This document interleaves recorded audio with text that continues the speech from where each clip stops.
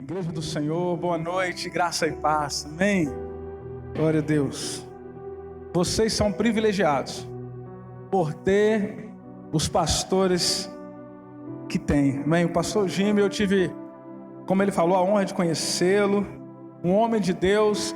Quando ele for lá na igreja lá, ele vai ver que algo lá tem assim já, pastor, a mão, o olhar técnico, vamos dizer assim, do Senhor lá, viu? Queridos, como o pastor já falou, eu sou o pastor da Igreja Batista Aliança Eterna em São José dos Pinhais. Está ali a minha esposa, a pastora Eclesiane, os obreiros ali, Rafael e Mari, que trabalham com a gente. Falei, vamos lá hoje conhecer a igreja comunidade, conhecer a comunidade ativa. Se vocês forem ver, Cleomar e Cleisiane, dois nomes em comum. Não sei se vocês encontraram algum Cleomar por aí. Eu acho que não. E alguma Cleisiane por aí. Eu brinco que a mãe dela orou muito. Porque quando ela... Nós temos diferença de 2 anos. E detalhe, isso não pode ser. Quando nós casamos, pastor, colocamos assim no nosso convite de casamento. Foi 2 sem entrelaçar. Cleomar e Cleisiane. E detalhe, quando ela nascia, o meu pai mudava no dia do aniversário dela para a cidade de nascimento dela. E eu falei, por isso que eu falei que a mãe dela orou muito. Ela falou assim, Senhor, manda um varão para minha filha. Já orava, já. Aí eu falei que ela é uma mulher de sorte por isso. Eu brincando que eu sou um homem de sorte, porque Deus me deu esse presente tão lindo. E queridos, eu sou mineiro, tenho 9 anos que eu estou nessa terra abençoada. Estava conversando ali com os pastores que nos receberam com tanta alegria, o pastor Fernando e a pastora Andressa, a pastora Andressa, que bênção, que pastor abençoado. Estava conversando com ele ali, eles falaram do calor, né? Aqui no Paraná o pessoal gosta mais quando o tempo está mais frio, né? Lá, para mim esse tempo está excelente. Quando eu vim aqui, irmãos, conhecer, pastor, em 2014, em maio, mas era um frio. Falei, Jesus Cristo, que lugar é esse? Que lugar é esse, Senhor Jesus? Falei, meu Deus, ninguém deve ir na igreja quando o tempo está assim. Mas assim, e quando eu vi que o tempo frio, o pessoal vem para o culto, falei, gente, que povo animado. E eu estou aqui nessa terra tem 9 anos. Mas, querido, sem mais perca de tempo, só para quebrar um pouco o gelo, vocês me conhecerem um pouco, conhecer um pouco essa igreja. E hoje, no último dia da entrega total, pastor Jimmy, depois, queridos, vocês veem com ele aí, tá? Mas eu tenho certeza que assim como Deus falou, o Senhor falou desde o primeiro dia, o Senhor vai continuar falando e o Senhor vai falar nessa noite ao teu coração. Amém? Porque, queridos, a expectativa que nós geramos no nosso coração daquilo que Deus vai fazer, ela começa a movimentar os céus a nosso favor. E você gerou, e quando eu orava ao Senhor para esse momento, buscava uma palavra, eu falei, depois de ministrar esses grandes homens de Deus que passaram aqui, eu falei, Jesus Cristo, pastor, me deixa para o último dia. E orando a Deus, o Senhor falou algo no meu coração. O Senhor disse assim, meu filho, o ambiente está preparado, a terra está pronta. Ei, querido, se prepare para viver o melhor ano da sua vida.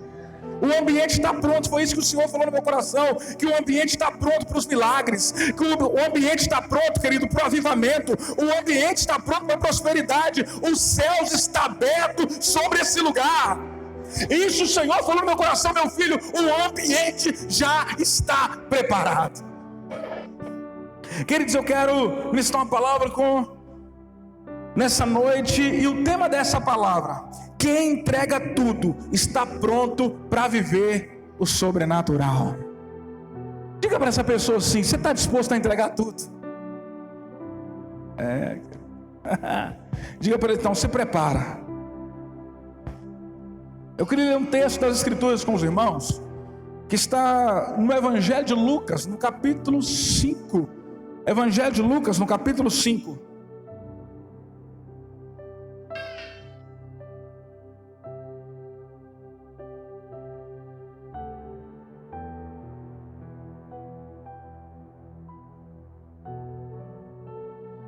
Evangelho de Lucas, capítulo 5, no versículo 1. Talvez você já ouviu essa mensagem algumas vezes na sua vida, mas o bom é que a palavra de Deus, ela é espírito e vida, ela se renova. E essa noite você vai ouvir de uma maneira diferente, porque o Espírito Santo terá uma revelação nova ao nosso coração nessa noite. Evangelho de Lucas, capítulo 5, no versículo 1, diz assim: aconteceu que Jesus estava junto ao lago de Genezaré, e a multidão o apertava para ouvir a palavra de Deus. Então ele viu 2 barcos junto à praia do lago. Os pescadores tinham desembarcado e estavam lavando as redes.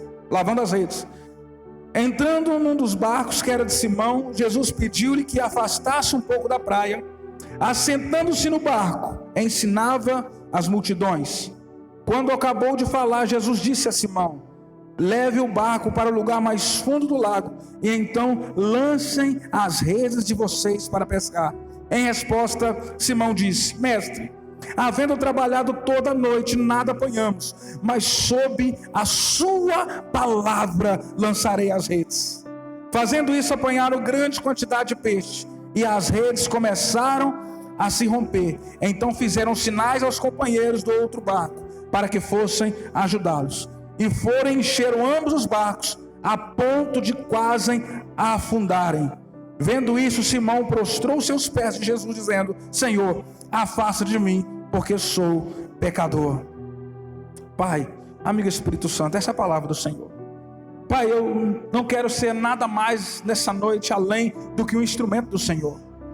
Pai querido, nós já adoramos ao Senhor pelas canções, Pai querido, um ambiente profético, há um ambiente profético nesse lugar.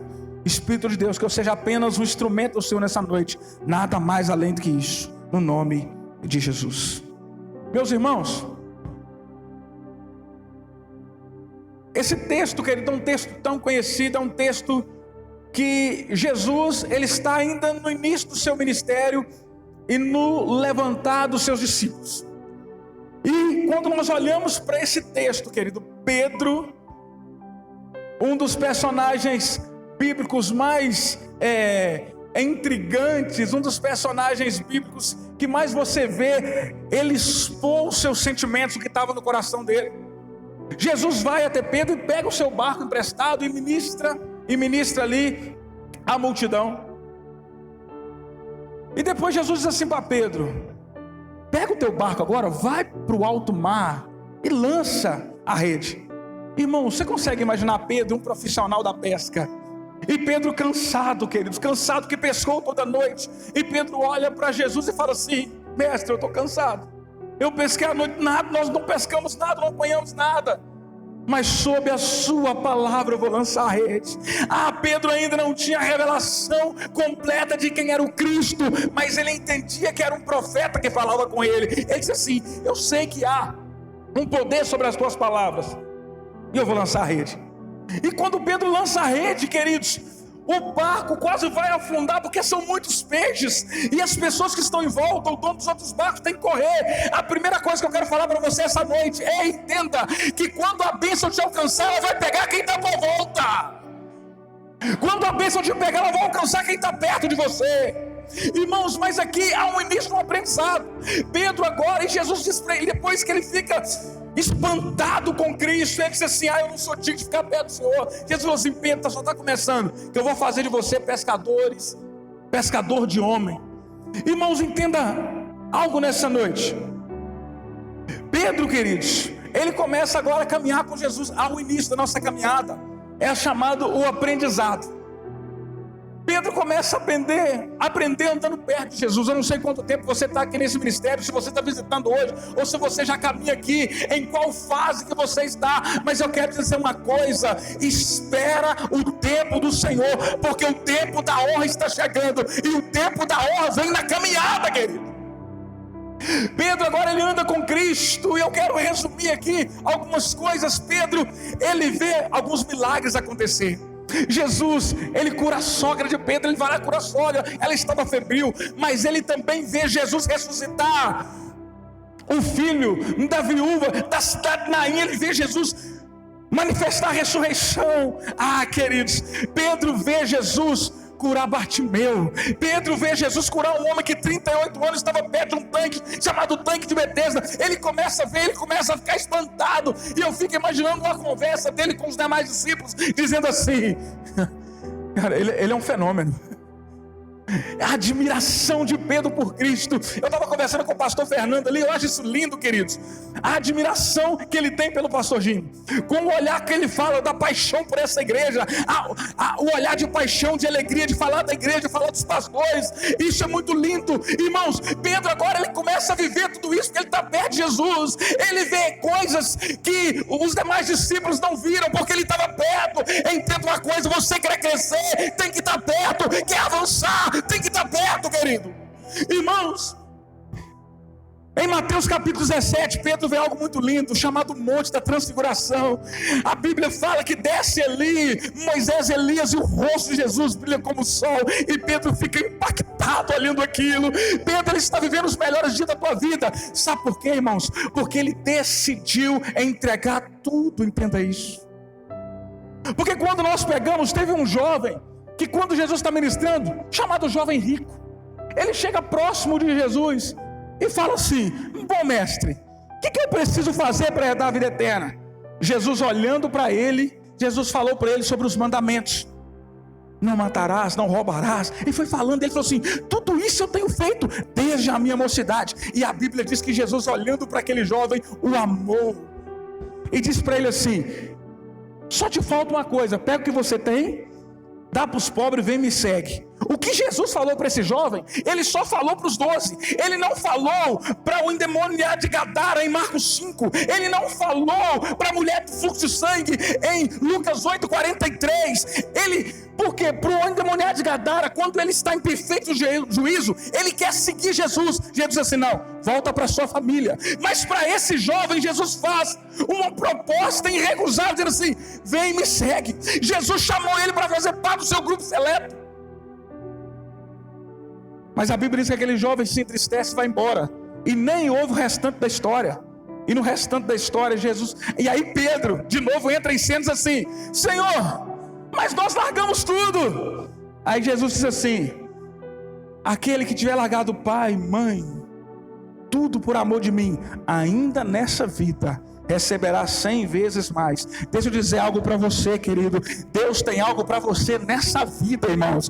O céu não é o nosso destino. Sim, o céu é a nossa origem. Tem algo lindo preparado, mas você vai viver também os melhores dias sobre a face dessa terra. Ah, queridos, e Pedro, ele convive com tudo isso. Era a fase do aprendizado dele, conviver e viver tudo isso. Mas chega uma fase, querido, na vida do cristão, chega uma fase na nossa vida, e Abacuque falou sobre isso: aviva, Senhor, tua obra no meio dos anos. No meio dos anos a faz conhecida, porque existe um problema no meio, queridos.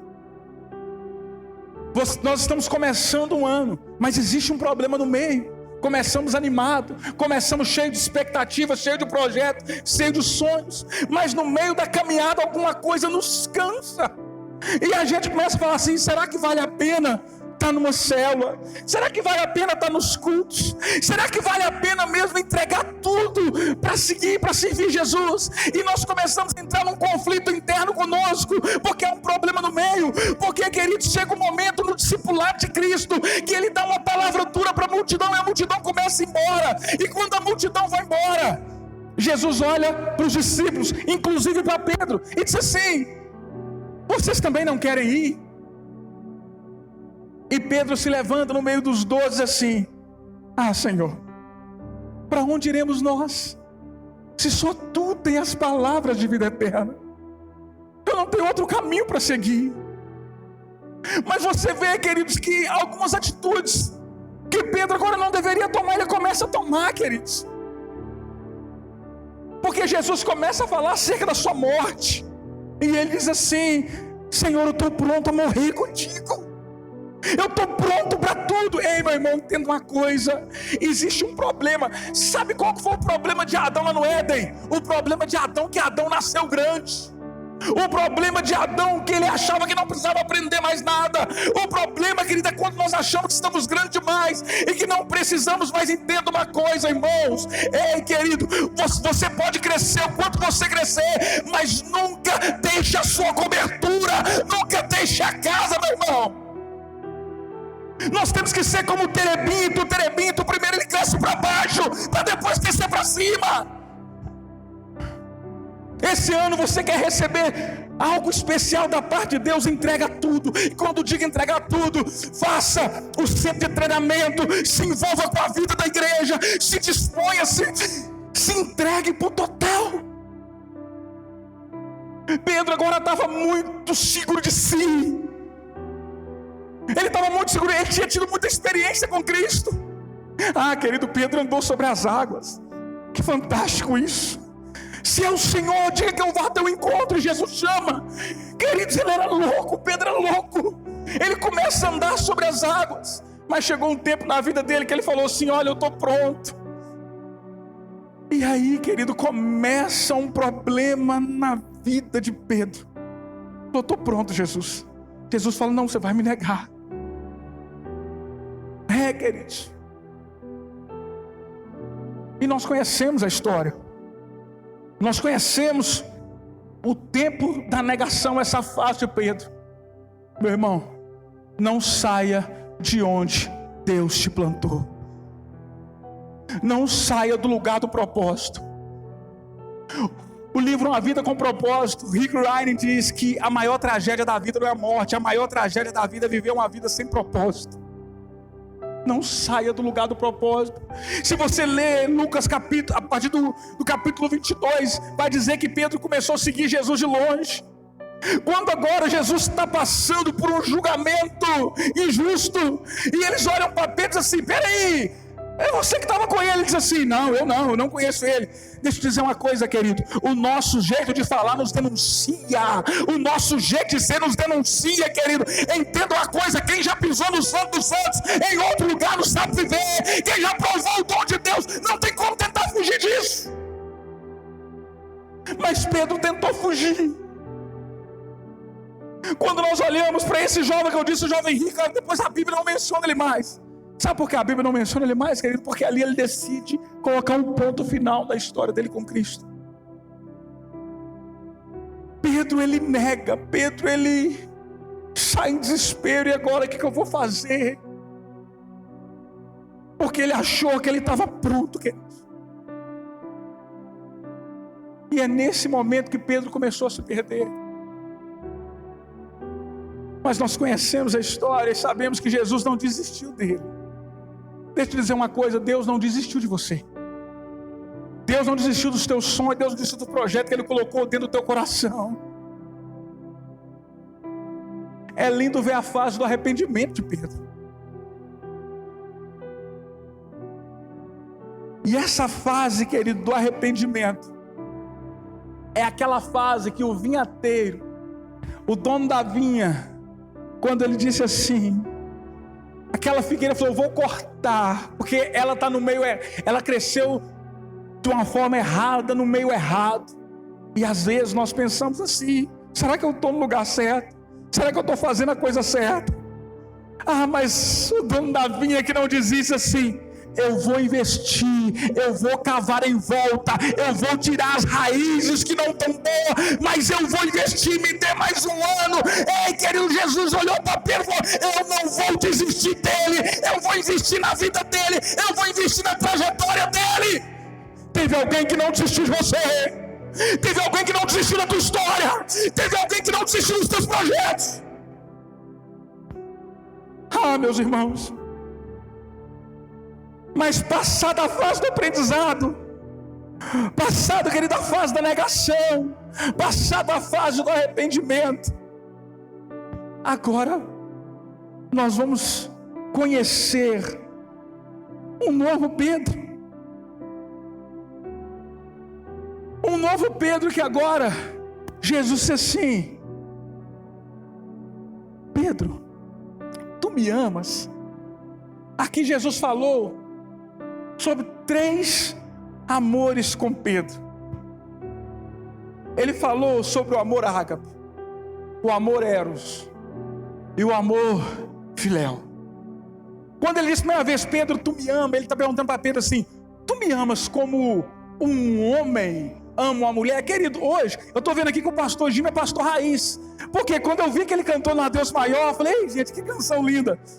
Sabe o que eu estou querendo, sabe o que eu estou dizendo? Hoje não se vê isso mais, aquele tempo do romantismo, que o rapaz ia lá fazer a serenata. Você está dizendo assim, pastor, você é antigo mesmo, porque Jesus, isso é amor eros, porque é um amor de loucura, é o amor de um homem para uma mulher. E Jesus pergunta para Pedro, Pedro, tu me amas com o amor eros? E ele falou assim, sim Senhor, eu te amo. Eu fiz loucura, eu cortei a orelha de Malco, eu te amo com loucura.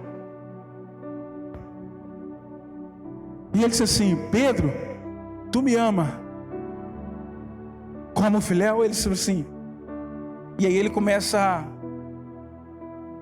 a pensar, querido, porque esse amor é o amor que uma mãe tem para um filho, que é um amor mais profundo,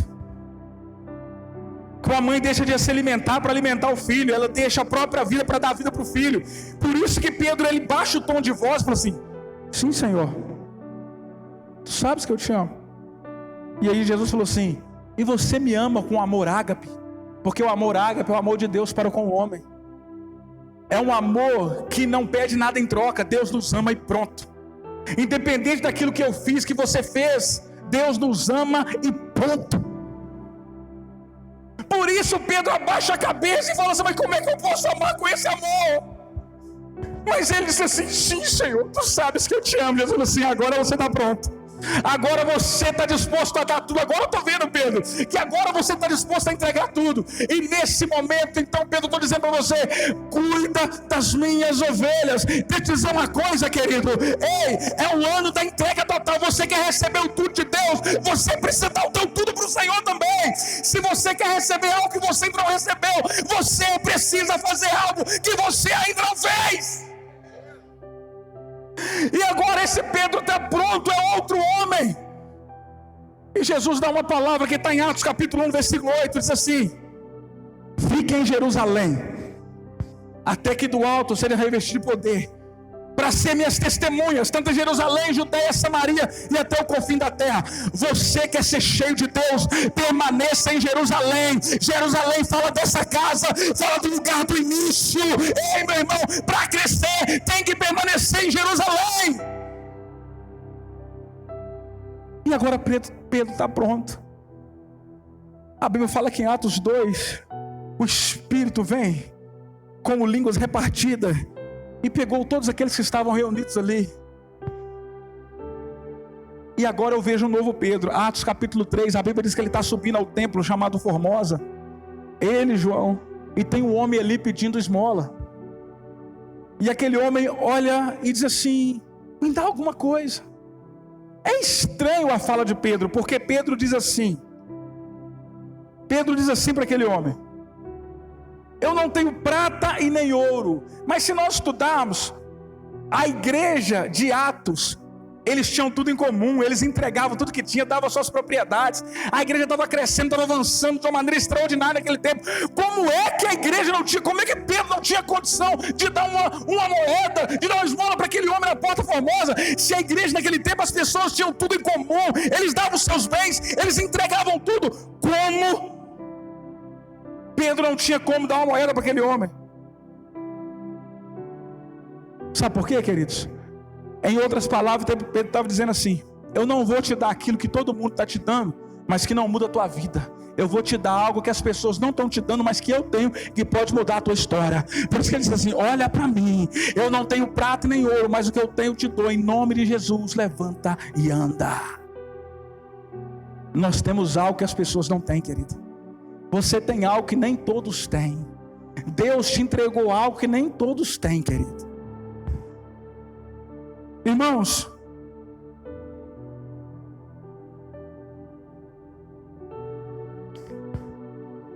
quando nós olhamos para esse Pedro transformado agora, que a sombra dele cura, nós olhamos para um Pedro agora que Jerusalém está em perseguição, As pessoas estão morrendo e alguns dizem assim: Pedro, vai embora, foge daqui. Foge daqui, Pedro, vai embora. E quando ele está indo embora, conta-se a história que ele vê alguém entrando e ele fala assim: você está indo para onde? E aquela pessoa diz assim: eu estou indo para Jerusalém para ser crucificado. E Pedro então lembra e fala assim: eu não posso negar outra vez. E Pedro desiste de fugir e volta e diz assim: olha, podem me crucificar, podem me matar, mas façam um favor para mim, me crucifiquem de cabeça para baixo, porque eu não sou digno de morrer como meu mestre morreu. Quando você está disposto, querido, a entregar tudo, você vai receber o tudo de Deus. Mas em qual fase da tua história você está vivendo agora, querido? Qual fase da tua história? Porque existem fases de conflitos. Eu me lembro que em 2012,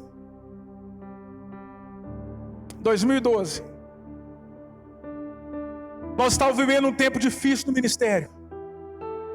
E quando eu olhei para dentro da minha casa, eu estava tão correndo, estava tão acelerado, que quando eu olhei para dentro da minha casa, eu vi que a minha esposa estava morrendo. E eu falei: eu preciso parar tudo para ajudá-la. Porque ela falou comigo assim: Cleomar, eu não quero mais. Eu não quero mais, eu cansei da caminhada. E foi na época que eu parei tudo e nós mandamos ela foi para o lugar. Quando você não tem direção que tomar, querido, para o que você está fazendo, para no lugar, não se mova. Não se mova, não tome decisões precipitadas. Não se mova fora da vontade de Deus.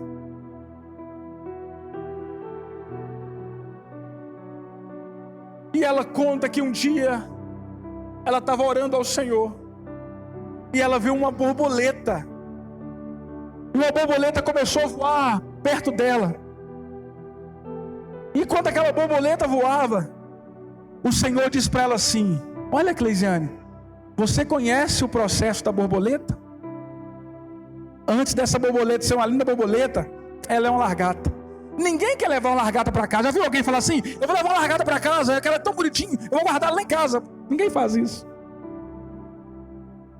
Ninguém quer pegar uma largata, as pessoas sentem nojo. Mas chega um dia que ela cansa de ser largata, ela entra para dentro de um casulo, pensando assim: eu vou esconder aqui, porque é assim que muitas vezes nós nos vemos. Como Pedro se via muitas vezes, quando ele corre, ele foge de Jesus. Eu vou me esconder aqui dentro, eu vou ficar aqui ninguém vai me achar. Mas chega um dia que houve-se um barulho, bom, explodiu-se o casulo. Só que agora saiu já de dentro não mais uma largata, mas uma linda borboleta que agora é admirável. Todos querem pegar, todos querem tocar nessa borboleta. Só que o Senhor falou: mas não é isso que eu quero te dizer ainda, Cleisiane. O que eu quero te dizer é que se essa borboleta cansar de ser borboleta e tentar entrar para o casulo, ela não sai de lá largata, ela sai de lá borboleta. Porque quem aprendeu a ser borboleta jamais volta a ser largata. Deixa eu te dizer uma coisa: a chamada que Deus tem na tua vida, querido, não adianta você tentar parar o projeto de Deus, porque aquilo que Deus tem com você, Ele vai executar. Ele vai fazer, meu irmão. Ah, querido, nós temos que estar pronto para viver o extraordinário de Deus, o melhor de Deus nesse tempo. Sabe por quê? Olha para essa pessoa do lado e diga para ele assim: o escolhido não tem escolha.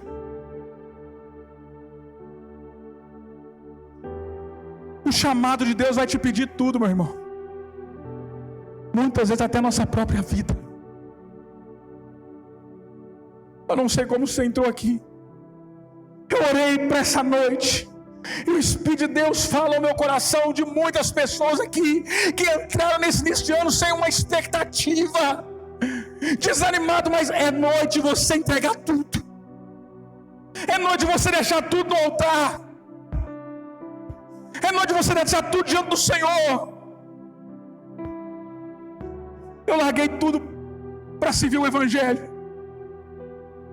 Em 2009, eu larguei um emprego numa multinacional. Minha esposa deixou o emprego, nós deixamos tudo. Falou assim: vamos agora viver do Evangelho. Foi quando Deus nos chamou.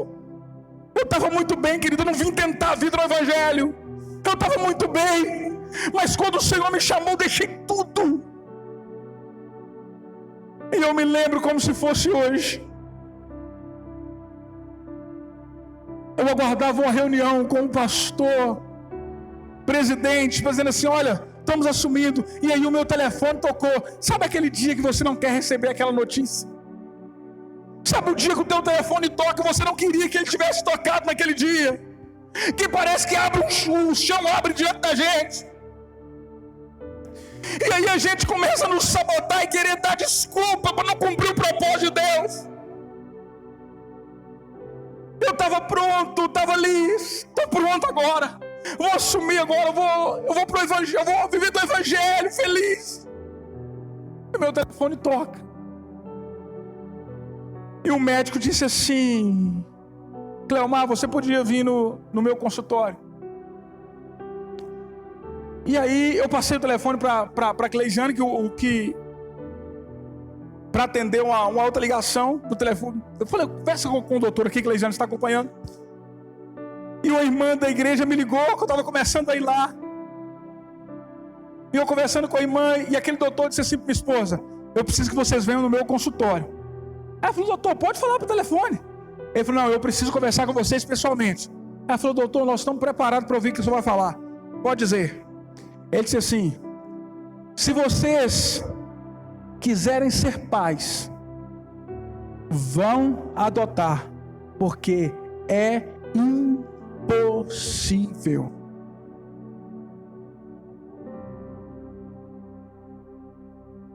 O chão abriu diante de mim, abriu diante dela.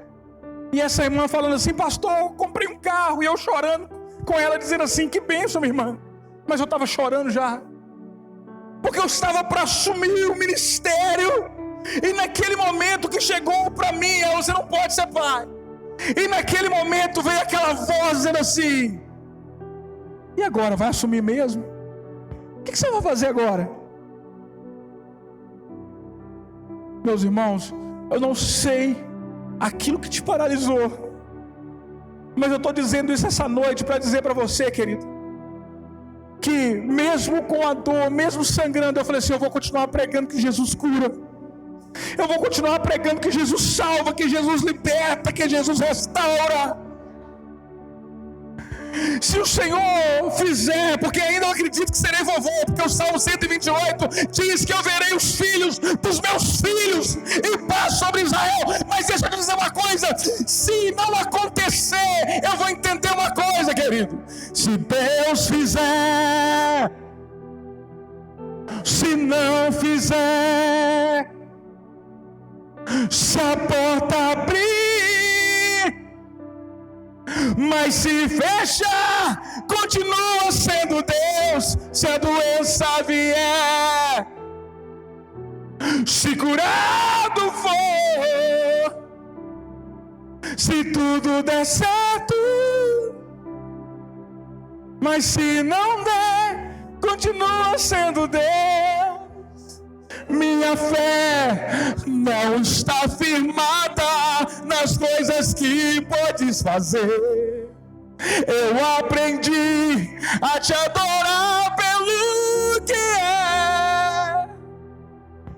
Querido, eu continuei pregando o evangelho, e vou pregar até o dia que Jesus me chamar, querido.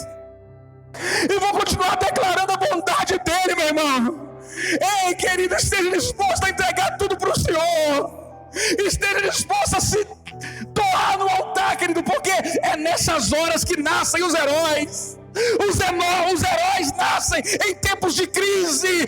Os heróis nascem em tempos de dificuldade. Querido, não é em tempo de bonança que nascem os heróis. Os heróis nascem nas horas de dificuldade. É naquele momento que você pensa que não tem mais jeito, que você descobre que há uma força dentro de você, que não vem de você, mas que essa força vem de Deus. É assim, meu irmão. Então nessa noite, se tudo que eu falei aqui nessa noite, quer que você se guarde uma coisa: você quer viver o tudo de Deus, e esteja disposto a dar tudo para Ele. E ser disposto a se lançar sem reservas. Eu não vou pegar minha dor como um atributo para me dar desculpa e dizer, Senhor, eu vou parar. Eu não tenho mais direito de parar, querido, porque o escolhido não tem escolha. Você não tem direito de parar, meu irmão. Você não tem direito de parar. Esse ano entrega tudo, se lança no Senhor, se lança sem reserva em Jesus. Quando eu olho para a história de Pedro, querido, é admirável de ver esse homem que falhou, que negou, mas que se arrependeu, que voltou ao lugar do propósito e morreu como um mártir. E nessa noite nós estamos falando de Pedro porque ele não desistiu, porque ele não retrocedeu, porque Hebreus capítulo 10 versículo 39 diz: conquistar ou morrer, retroceder jamais. Retroceder jamais, querido.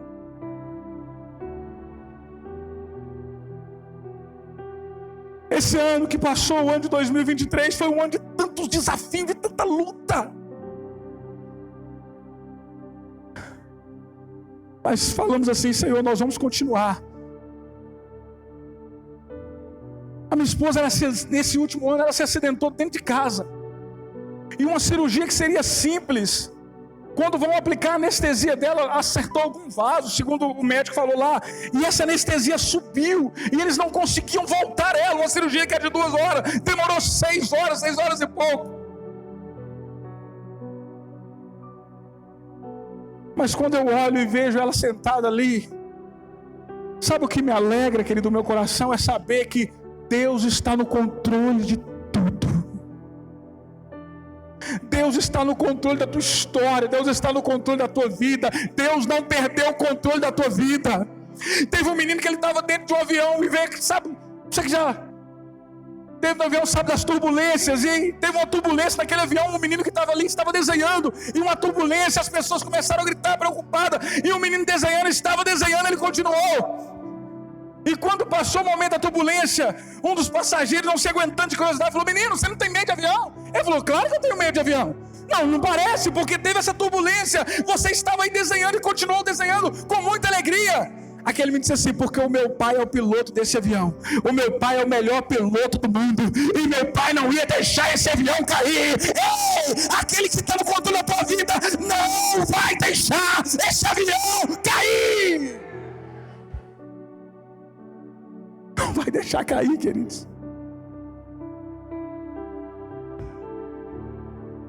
Eu quero caminhar para encerrar contando para os irmãos uma história verídica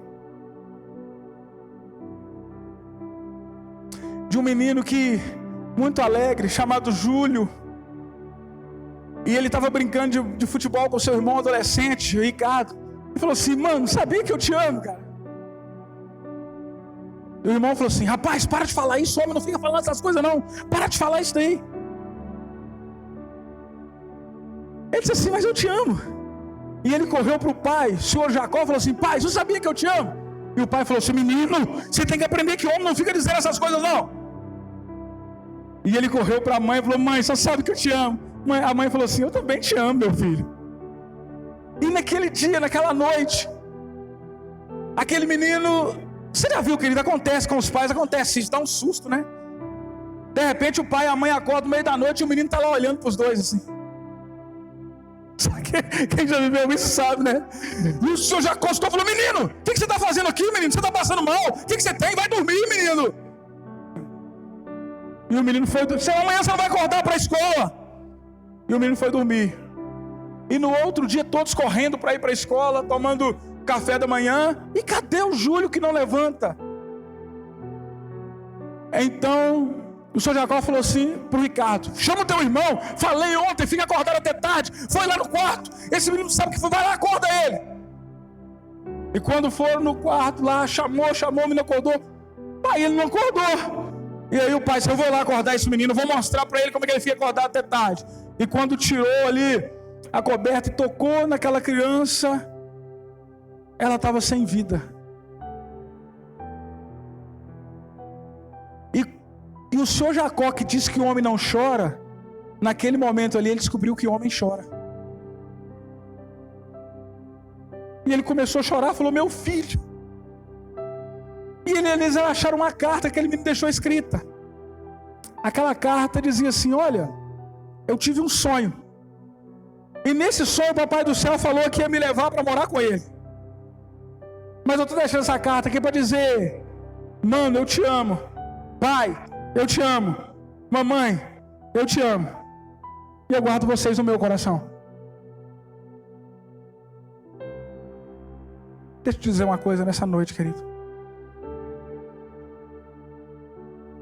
É noite de fazer tudo aquilo que a gente não estava fazendo. O pastor daqui a pouco ele vai ministrar a ceia. É noite de você entregar tudo sem reserva em todas as áreas. É noite de você perdoar. É noite de você amar. É noite de você resolver entregar tudo. É noite de você viver o novo de Deus. Talvez a gente fique esperando sempre pro dia de amanhã. Amanhã eu faço, amanhã eu faço, amanhã eu faço, amanhã eu faço. Só que é hoje o tempo de fazer. Amigo, o irmão que está de óculos aí, eu não conheço sua história. Você. Mas o Senhor está dizendo no meu coração, com a promessa que Ele tem para a tua vida, os projetos de Deus não acabaram para a tua vida, para a tua história.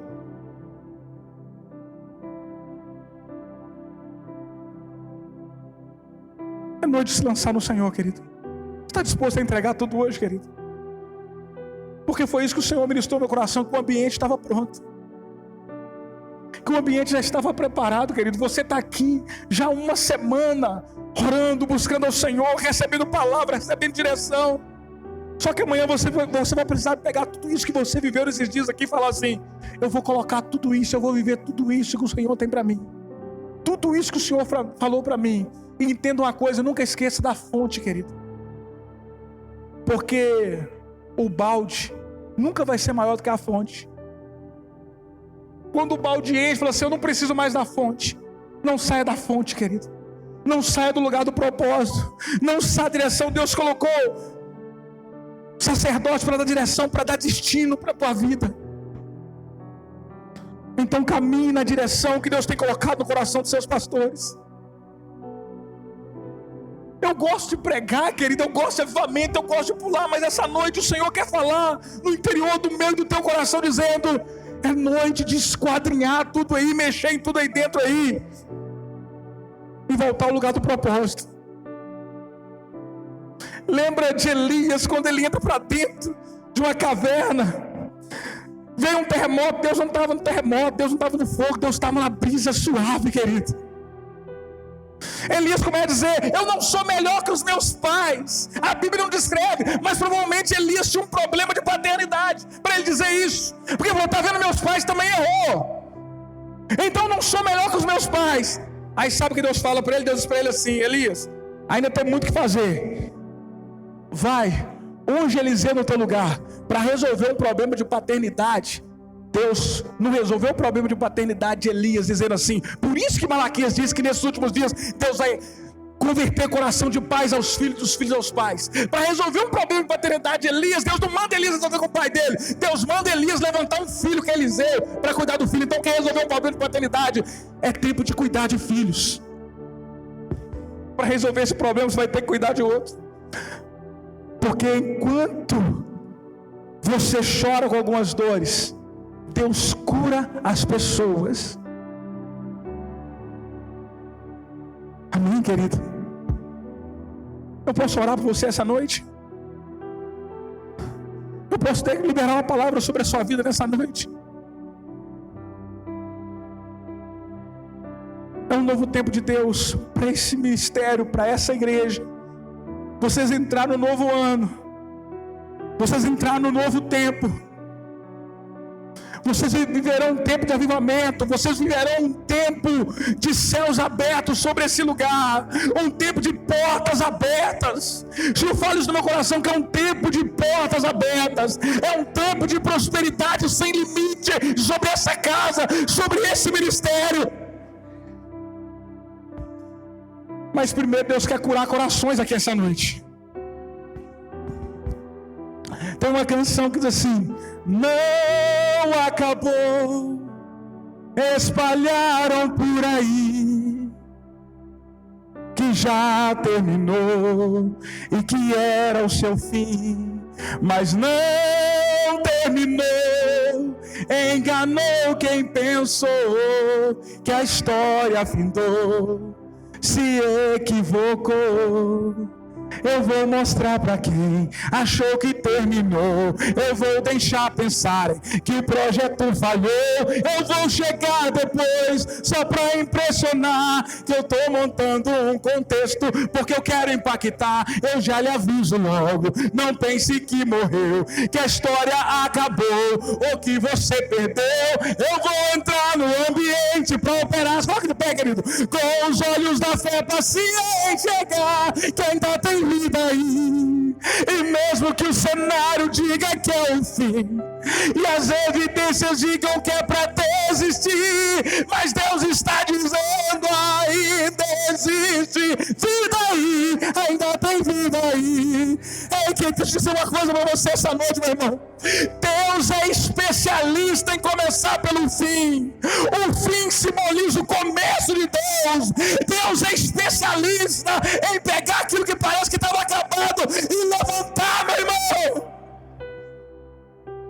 Deus é especialista nisso. Deus é especialista em pegar um Pedro desacreditado e transformar ele no líder da igreja, e transformar ele, querido, um homem que a sombra curava, que na primeira pregação dele 3.000 almas, na segunda pregação 5.000 almas. Deus é especialista em pegar os improváveis. Deixa eu ver essa noite se eu estou falando para improvável, se eu estou falando para aquele que pensava que não era. É com você mesmo que Deus está falando. É você mesmo que Deus